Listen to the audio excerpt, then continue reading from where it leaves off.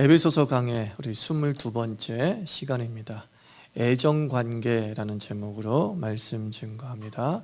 애정관계. 교회의 신비는 하나됨입니다. 또 그 교회의 하나됨의 현상은 거룩입니다. 교회는 하나님과 하나된 신비의 공동체이고 하나님처럼 거룩한 존재로 세상에 드러나게 됩니다. 에베소서 5장 1절과 21절 말씀을 통해서 우리는 빛의 자녀처럼 교회답게 살자라고 권하고 있습니다. 그리고 에베소서 5장 22절부터 이제 건너편 장인 6장 10절에서는 교회답게 사는 영역을 구체적으로 적시하고 있습니다. 교회답게 사는 영역이 어디냐? 바로 가정과 사회입니다. 가정과 사회는 교회다움이 꽃피는 현장이어야 함을 바울 사도는 강조하고 있습니다. 교회다움을 이루는 현장, 그 첫째는 가정이죠. 그리고 그 가정에서 이루어지는 관계, 그 첫째는 애정 관계입니다. 오늘 본문 말씀은 부부에 대해서 말씀하고 있지만 제가 부부관계라고 하지 않은 것은 애정의 폭을 넓히기 위해서입니다. 부부는 사랑의 대표성입니다. 남녀 사랑의 표본입니다. 부부관계는 애정관계의 기초인 남녀관계에 적용됩니다. 그러므로 오늘 부부에 대한 말씀을 통해서 우리는 애정관계를 살펴봐야 될 필요가 있습니다. 우리가 교회다움이 이루어지는 현장은 애정의 현장에서 이루어져야 된다는 거죠. 사랑하는 관계 속에서 교회다움을 꽃피라고 성경은 말씀하고 있습니다. 애정관계, 사랑관계는 다양한 인간 군상처럼 다양한 형태를 보입니다. 대표적으로 빅뱅형 사랑이 있습니다. 우리가 첫눈에 반한다고 하지 않습니까? 서로 상대방에게 큰 호감과 설렘을 안고서 서로 상대방에게 거절 없이 그리고 고민 없이 관계가 시작됩니다. 매우 드문 경우이죠. 또 하나의 애정관계는 진화형 사랑이 있습니다. 저는 보편적 모델이 아닌가 싶습니다. 작은 호감에서 만남이 시작됩니다. 그리고 사랑이란 불씨를 횃불처럼 밝히는 경우입니다. 대부분의 애정관계, 사랑은 이 진화형 사랑을 겪었을 것입니다. 괜찮은데? 사귀어 볼까? 좋다. 마음에 든다. 진국인걸? 라는 과정을 거치는 것이죠. 빅뱅형 사랑을 하는 사람은 사랑을 의심하지 않습니다.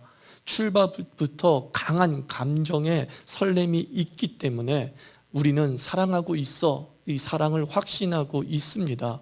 옆에 있기만 해도 너무 좋은 것, 그것 하나로 이것은 사랑이 분명해 라고 믿습니다. 반면에 진화형 사랑은 늘 사랑을 회의합니다. 사랑하는 걸까? 사랑일까? 뭐가 사랑이지? 괜찮은 사람이니까 그냥 맞는 게 맞겠지? 관계 속에서 끝없이 회의하면서 그 사랑에 대해서 되묻는 모습을 진화형 사랑에서 보게 되는 거죠. 빅뱅형 사랑은 처음 사랑과 지금을 끝없이 비교합니다. 감정 폭발의 충격이 강하게 각인되어 있기 때문에 그 처음의 충격으로 끝없이 사랑을 확인하는 거죠. 어제와 다른 마음, 어제와 다른 설렘이 줄어든 모습에 당황하면서 섭섭해합니다.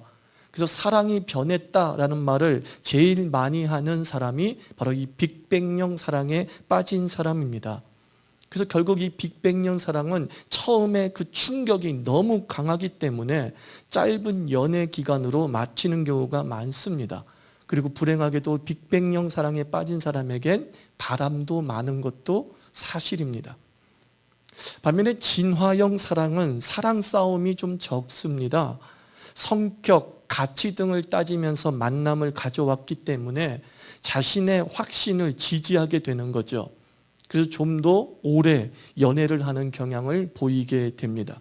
그리고 결혼 이후에 서로에 대한 인내도 높은 편에 속합니다. 빅뱅처럼 순간에 온 사랑이든 진화처럼 흐름에 따라 온 사랑이든 모두 다 사랑은 분명합니다. 그런데 사랑의 유효 기간이 우리를 아프게 합니다. 그렇죠? 사랑하던 사람이 이런 이유로 저런 핑계로 싸우고 헤어집니다. 왜 그럴까요? 분명히 사랑이었다고 생각하는데 서로 싸우고 헤어지고 6개월, 1년, 5년 사귀다가 끝내 깨지는 경우를 우리는 종종 보게 됩니다. 그래서 우리는 그런 헤어짐의 과정을 이렇게 합리화하는 거죠. 사랑이 없어졌기 때문이다. 더 이상 사랑하지 않기 때문이다 라고 말합니다. 우선 우리가 생각해야 될 것은 미혼의 애정관계에서, 즉 우리들의 자녀, 우리 청년들의 애정관계에서 헤어짐을 정죄하지 말아야 합니다. 애정을 검증하는 것은 미혼의 청년의 특권입니다. 사랑인 줄 알았는데 사랑이 아니다 싶으면 헤어지는 것은 당연합니다. 사랑인 줄 확신하고 결혼한 사람도 이 결혼 생활이 삐걱거리지 않습니까? 근데 사랑이 아니다 싶은 상황인데 자주 다투는 상황에서 결혼한다면 그 결과는 참혹하리라 예상됩니다. 그러므로 미혼의 남녀가 또 미혼의 크리스찬들이 서로 사랑하는 가운데 헤어지는 것은 우리가 정죄하거나 또는 눈치를 주는 것이 아니라 당연한 것으로 받아들여야 됩니다. 그럼 왜 싸우게 될까요? 왜 헤어지게 될까요? 왜 싸우게 되느냐? 사랑하는 사람, 애정관계에 있는 사람들이 서로 싸우게 되는 이유는 무엇이냐? 사랑하기 때문입니다. 좀 워드플레이 같죠? 여기서는 다운볼을 붙여야 돼요. 사랑하기. 동사입니다. 사랑하기. 그러니까 사랑은 사랑하기와 동시적으로 일어납니다. 사랑이 왔습니다. 그리고 그 남자가, 그 여자가 상대방에게 이렇게 얘기합니다. 사랑해 라고 고백했습니다. 이 고백이 뭐예요? 사랑하기입니다. 사랑이 왔어요. 그 사랑이 내 삶 속에서 그 사랑에 걸맞는 동사를 일으킨다는 거예요. 그래서 사랑은 사랑하기와 동시적이게 됩니다. 사랑은 어떤 사랑에 맞는 걸맞는 액션을 수반한다는 거죠. 그래서 사랑의 실패는 정확하게 이야기하면 사랑하기의 실패입니다. 사랑하기의 실패 때문에 서로 싸우고 헤어지는 일이 발생하게 됩니다. 사랑은 사랑하기로 증명됩니다. 다 적어 놓으세요. 사랑은 사랑하기로 증명된다. 무슨 뜻이냐면 그 사랑이 참사랑이 분명하다고 한다면 욕망이나 본능이 아니라 정말 사랑이 분명하다면 그것은 참사랑하기로 드러납니다. 하나님께서 세상을 너무나 사랑하셨습니다. 하나님 우리를 너무나 끔찍히 사랑하셨습니다. 그 하나님의 사랑이 어떻게 사랑하기로 드러나셨습니까? 자기의 독생자 예수 그리스도를 십자가에 못 박혀 죽이시는 사랑하기로 우리를 사랑하셨습니다. 참 사랑은 사랑하기라고 하는 동사형이 매우 건강하게 드러난다라는 것입니다. 미혼 남녀들이 데이트를 하면서 데이트 폭력이 매우 심각한 지경에 이르렀다라고 얘기합니다. 폭력이라는 게 뭡니까? 나는 그 사람을 사랑해요. 근데 막 그 여자를 때려요. 때린다는 그 자체를 뭘로 표현할 수 있어요? 사랑하기죠. 그런데 폭력이를 어떻게 사랑하기라고 말할 수 있겠습니까? 거슬러 올라오는 것이죠. 그의 사랑하기의 행위가 건강하지 못하다는 것은 거슬러 올라가서 그 사랑하기를 일으킨 그 사랑이 참이다 거짓이다? 거짓이다라고 해야 되는 거예요. 참 사랑은 사랑하기의 건강성과 매우 직결되어져 있습니다. 남자가 막 나를 때립니다. 그러면 분명히 이것은 사랑이 아닌 것이죠. 근데 여자들은 자꾸 생각합니다. 날 사랑하기는 하는 거야?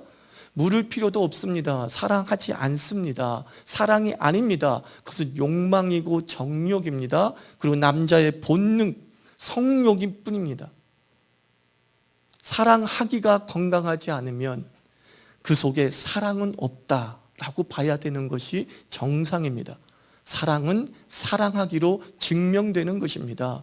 그가 나를 어떻게 사랑해 주냐를 보면 사랑인지 성욕인지 사랑인지 정욕인지 분명히 분간할 수 있습니다.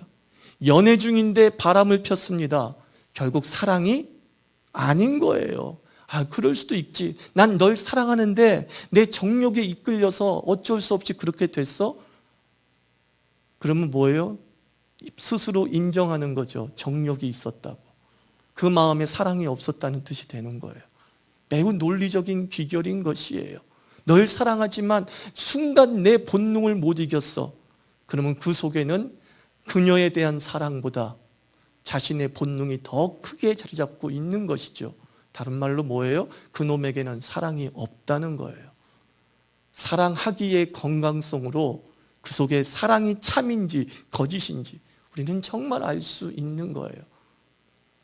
그리고 또 하나, 사랑은 결국 사랑하기로 유지되는 겁니다. 그래서 사랑의 유효 기간은 사랑하기로 결정되는 겁니다.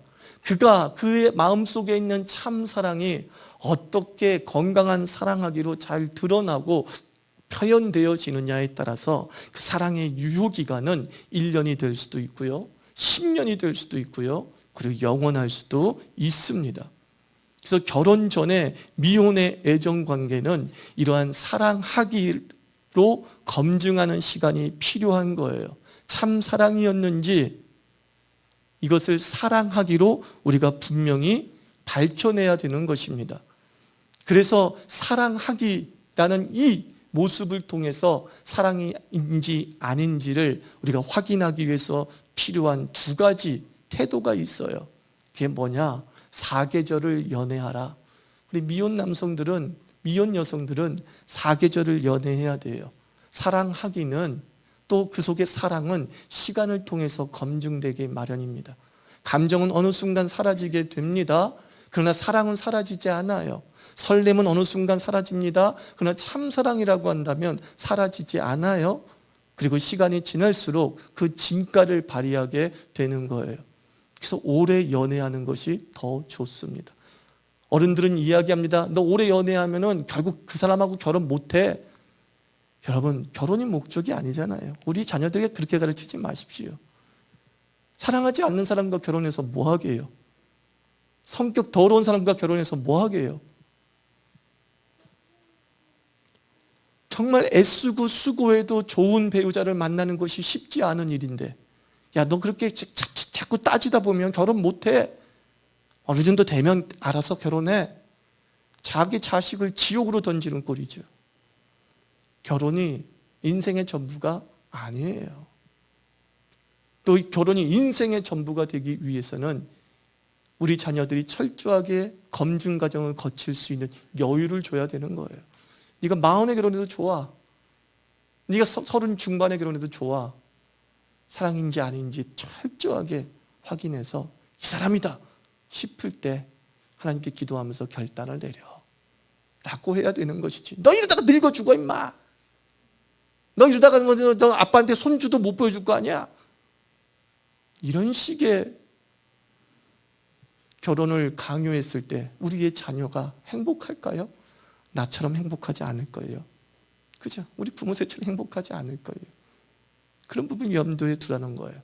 그리고 미혼 남성이요, 미혼 여성이요, 둘 용감하십시오.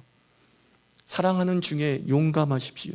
무슨 뜻입니까? 아니다 싶을 땐 단호해야 된다는 거예요. 나는 사랑하는데 내가 이 사랑으로 없는 사랑을 만들겠다고 호기를 부리지 말라는 거예요. 아니다 싶을 때 나는 사랑이 남아있지만 상대방의 사랑하기를 보면서 저 사람은 건강하지 않아 라는 것이 너무나도 분명하다고 한다면 내 마음은 아프지만 용감해야 돼요. 용감해야 돼요. 아니야. 여러분, 나의 사랑으로, 인간의 사랑으로 상대방에게 없는 사랑을 만들 수 없어요. 절대로 만들 수 없어요. 오직 하나님의 사랑만 우리의 이 냉정한 마음을 뜨겁게 해줄 뿐이지, 내 남은 사랑이 다른 사람을, 식어버린 사랑을, 떠나버린 사랑을, 건강하지 못한 사랑을 다시 회복시킨다라고 하는 오만에 빠지지 말라는 거예요. 젊었을 때부터. 그러므로 우리 젊은이들은 사계절을 사귀어보면서 사랑하기를 검증하고, 그리고 아니다 싶을 때는 용감하게, 단호하게, 어쩔 수 없이 끊어야 되는 과정을 걸을 때 우리는 그 사랑이 주는 궁극의 열매를 맛보게 될 줄 믿습니다. 그리고 우리 부모들이 바로 그 건강한 사랑하기를 응원하고 지도하고 이끌어줘야 되는 것이지, 강압하고 그리고 조급하게 그 아이의 젊음을 결혼이라는 것에 담보 잡히지 않도록 우리 부모가 매우 매우 조심해야 됨을 여러분에게 부탁을 드립니다. 이제 부부가 인정해야 될, 이제 사랑을 결혼으로 이제 결실 맺은 부부들에게 말씀을 드립니다. 사랑을 결혼으로 결실 맺은 부부에게 필요한 것이 뭐냐? 먼저 책임이 필요합니다. 그죠? 책임이에요.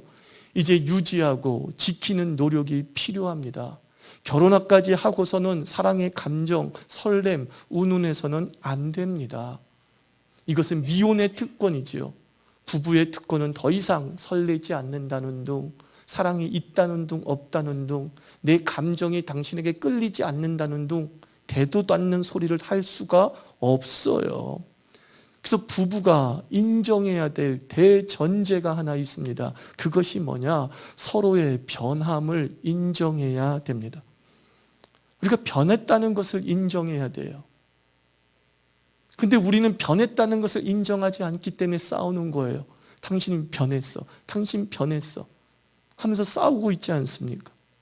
우리는 이렇게 변하는 것 같습니다. 처음에는 내 사람이면 좋겠다라고 설레고, 이제 내 사람으로 만들어야지라면서 노력하고, 이제 내 사람이 됐구나라고 안심하면서 이제 내 사람이니까 라고 안일해지는 거죠. 이렇게 변하는 거예요.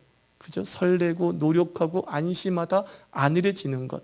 어찌 보면 이것이 우리 인간의 변화의 군상이에요. 우린 이렇게 변합니다. 당신 결혼하고 변했어. 남편이 아내에게 가장 많이 듣는 소리입니다.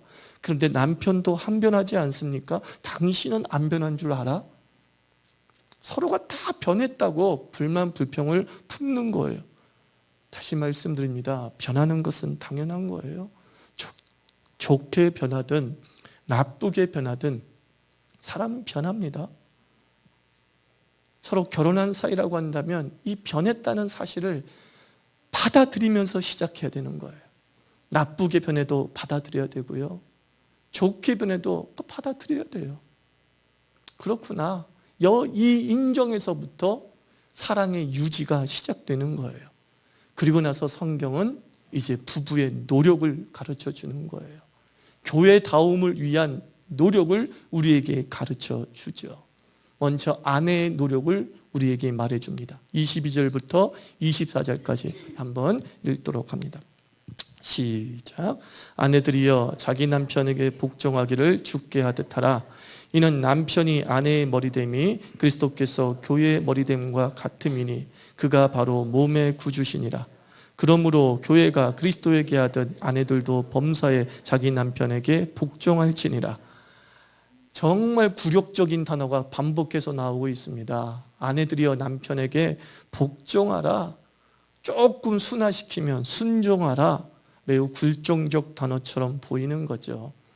저는 이 말씀을 묵상하면서 21세기형 언어로서 부부에게 하나님께서 주신다면 이 복종이란 의미를 담고 있는 말을 어떻게 바꾸었을까 한번 상상해 보았습니다.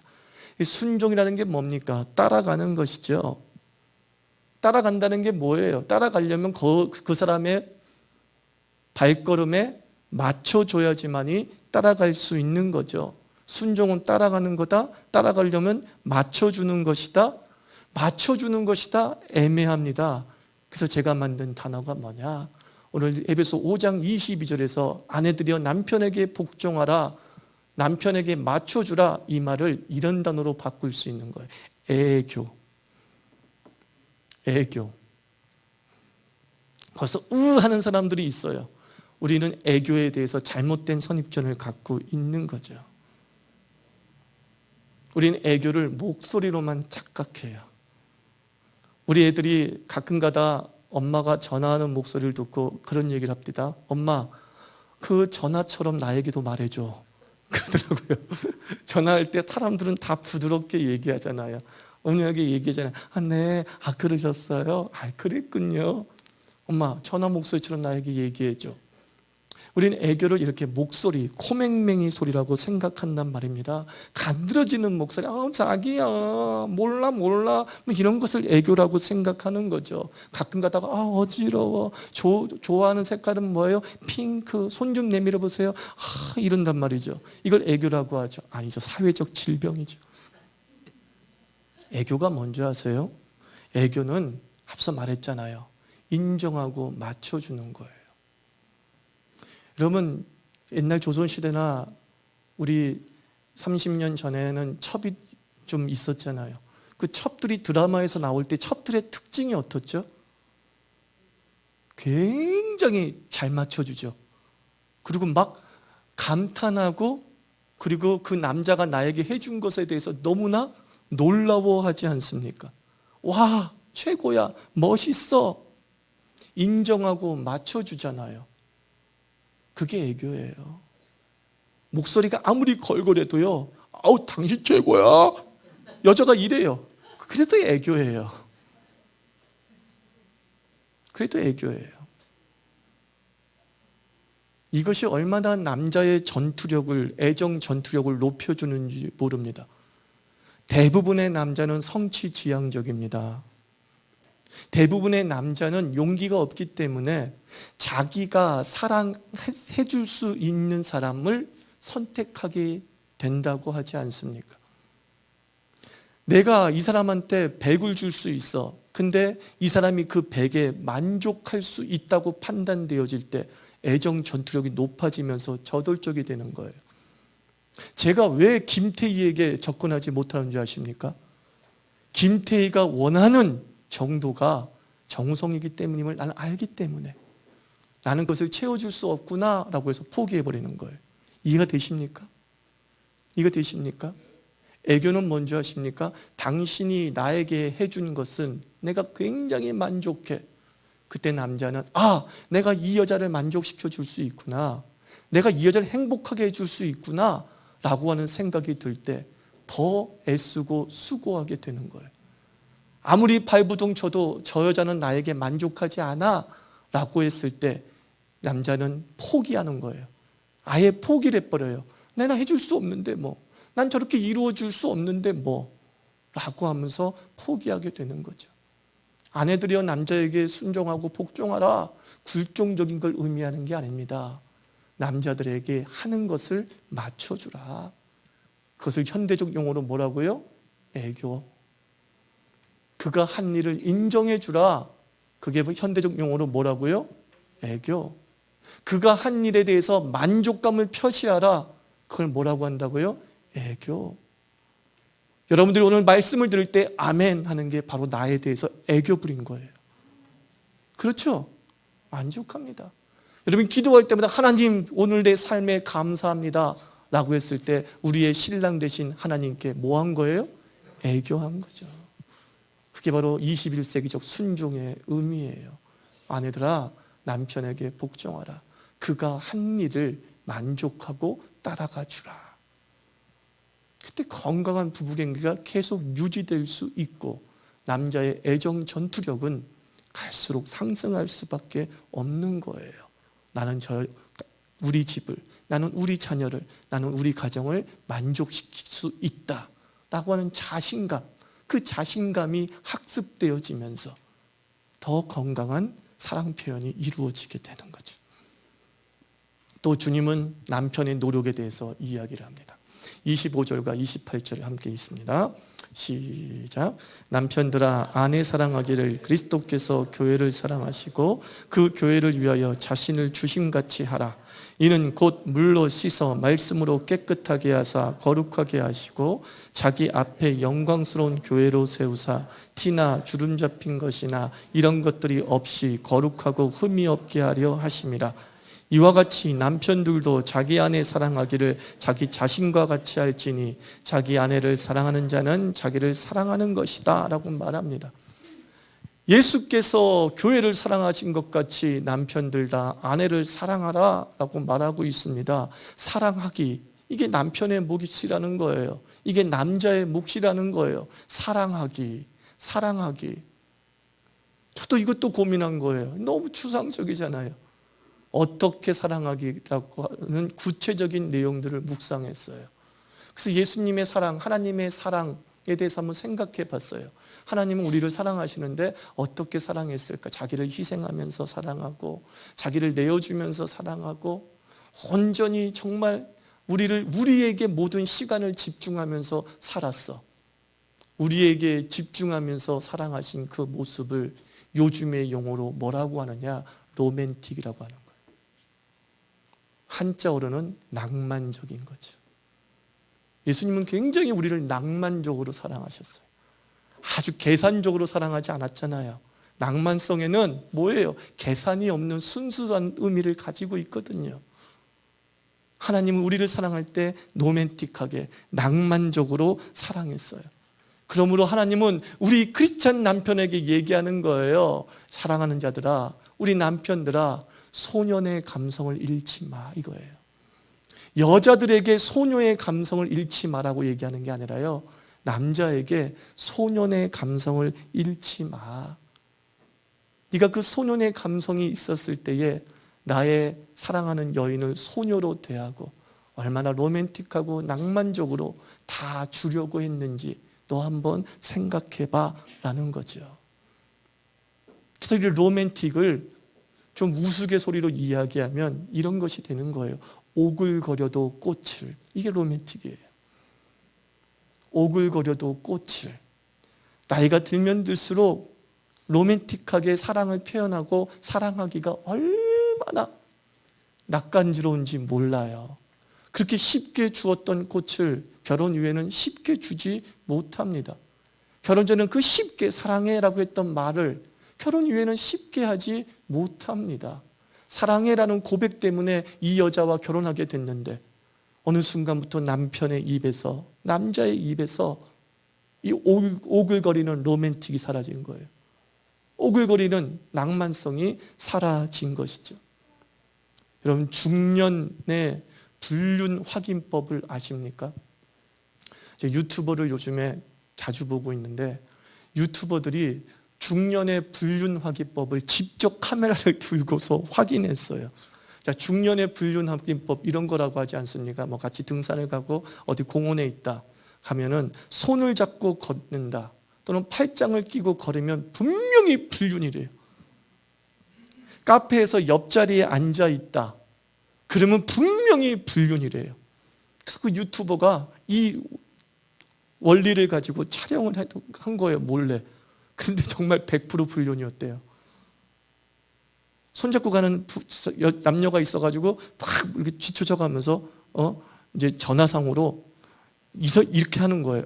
내 지금 내 남편 아내 찾으러 왔는데 어디 있는지 발견 한번 막 죽여버릴까 막 이런 식으로 막 전화를 하는 거예요, 일부러.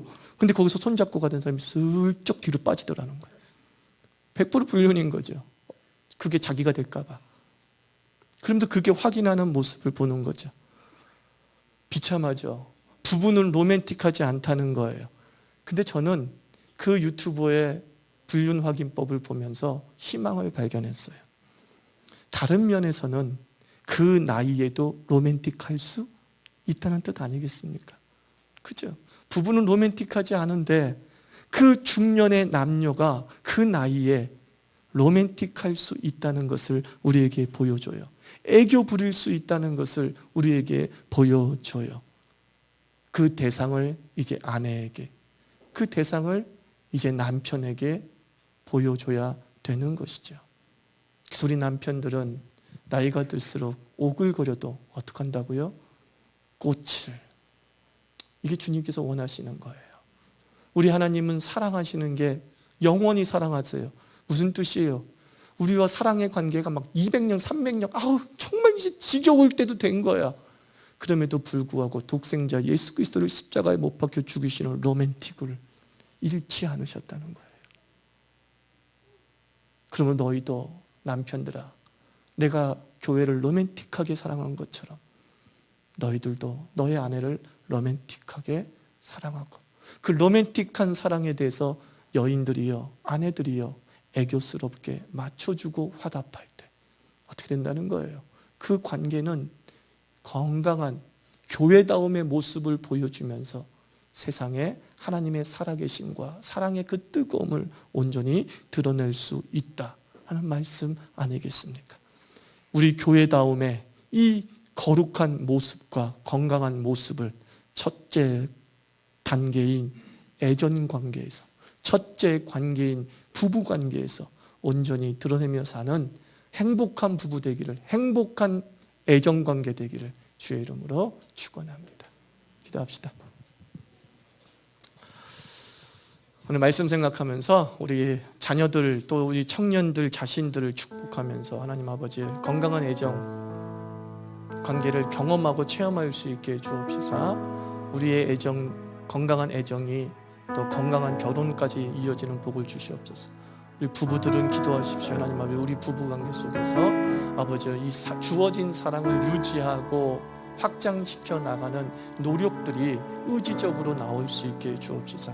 로맨틱과 애교라고 하는 이 건강한 모습으로, 순종과 사랑하기라고 하는 이 건강한 사랑하기의 모습으로 아버지 우리의 사랑을 지키고 확장시켜 나가게 하여 주시옵소서. 함께 기도하겠습니다.